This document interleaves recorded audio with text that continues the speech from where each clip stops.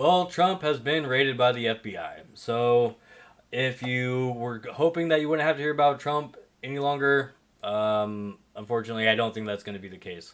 So we're going to take a look at what everybody's saying about it. I'm going to give you my opinions, and we'll see what's going on here.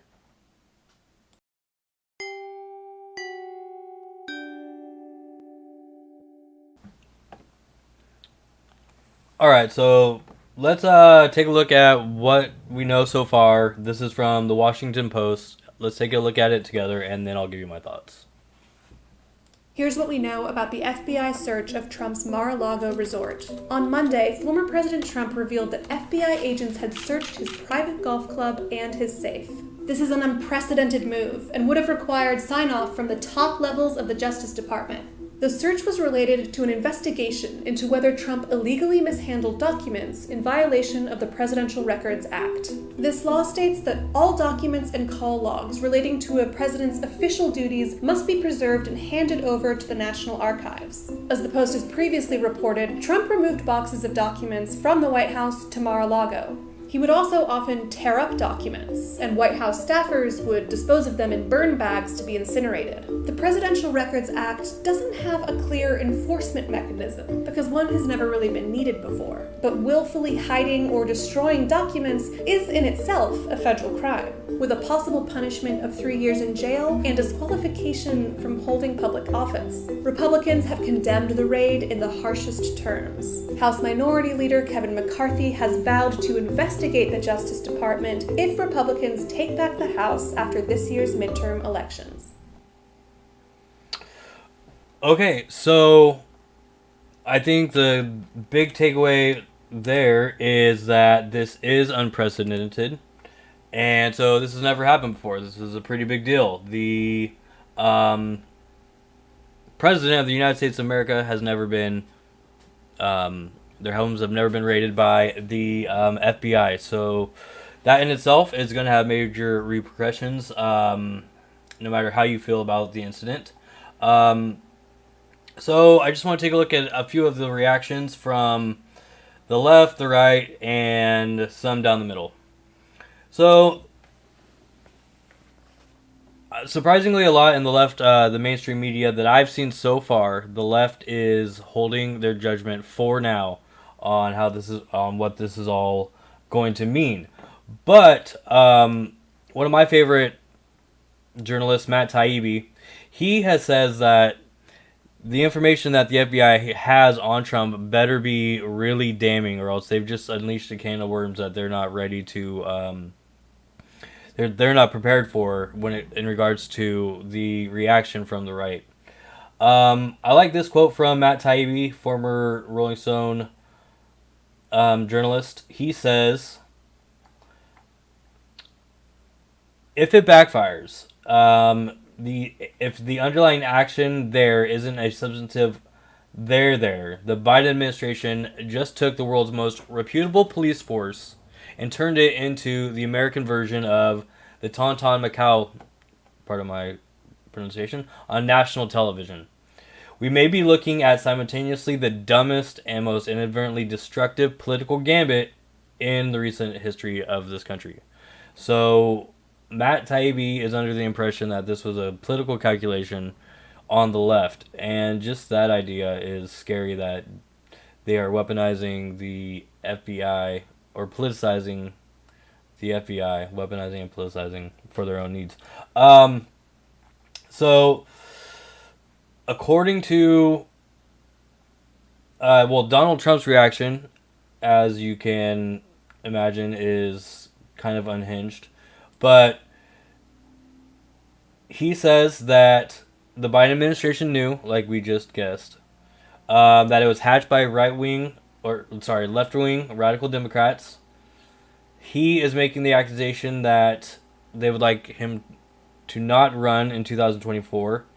We'll speak on that in a second. And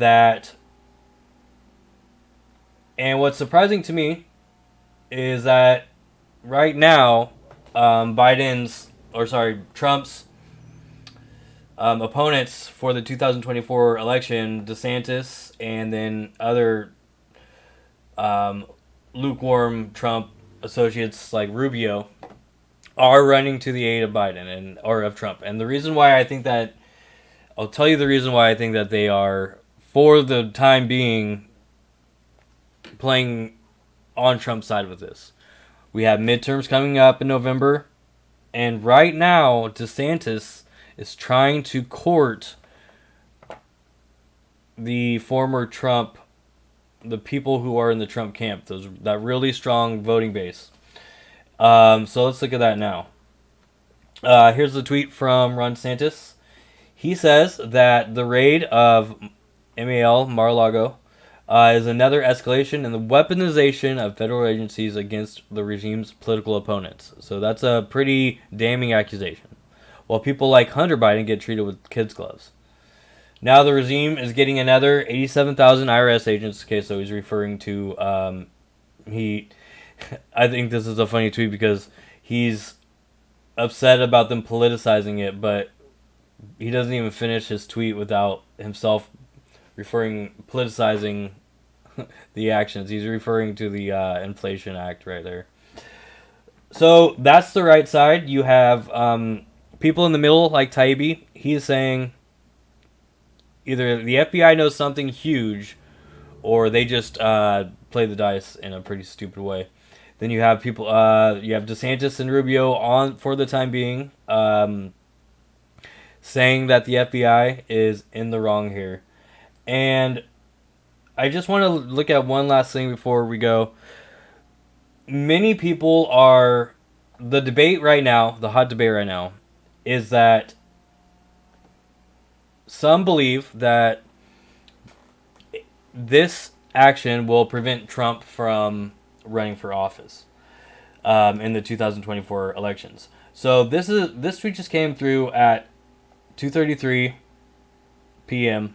on August 9th, Tuesday, August 9th, that according to attorney Mark Elias, if the DOJ convinced Donald Trump under Section 2071 of Title 18 of the United blah, blah, blah, from removing government records, he would be disqualified from holding any future office in the United States. Now, that contradicts what I saw on the morning news on the various YouTube pundits like Sagar and Jetty of Breaking Points, that there is a constitutional provision saying that that's not the case. So for right now, I think the big debate is, does this prevent Trump from running in the 2024 elections? Now, so we're already seeing kind of steal the vote, a rebirth of this. I can see how this snowballs into already that argument of Trump's not even allowed to run based upon these accusations, whereas the right will say he is allowed to run based upon what the Constitution outlines. And all of that is up for debate. And I could see how both sides would try to bend the argument in their way, whether or not there's any truth from it. So the Washington Post is saying that some legal experts think he would be barred from running, while others disagree. So as of Tuesday afternoon on the 9th of August 2022, that is the key debate. And I think that's going to be the question that develops as this all plays out over time. To be honest, I don't think, if I had to guess, no real consequences to Trump himself, at least spending time behind bars.